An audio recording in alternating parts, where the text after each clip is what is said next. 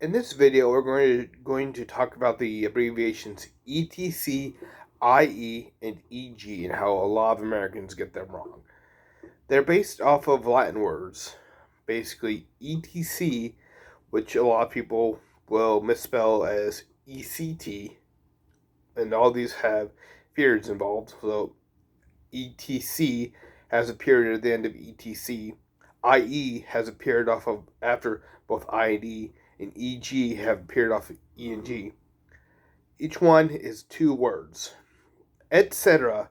is Latin for and also, which means basically you're listing a number of words or examples of something, and you use these as a few examples, but you're trying to say there are more examples you aren't listing, either that you're just not listing because it would take a long time to list everything, or because you don't know all the examples, in which case you would use etc. and you would just abbreviate etc period. These, which means and also. So it would basically mean there are more examples. You're just not listing them. Another example, or another uh, abbreviation used in writing, and these are all formal writing. You don't see them very much in everyday speech. But in formal writing, you also see EG, which is Latin for exempli gratia, which means for example. So, in normal day speech, in everyday speech, you say for example. But in very proper speech, you would say EG in papers and whatnot. And EG just means exempli gratia, which means this one instance is an example of something.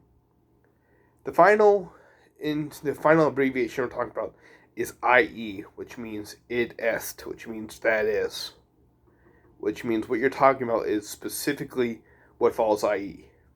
So id est is specifically what you're talking about. Id est, that is. An example that was used correctly in a movie was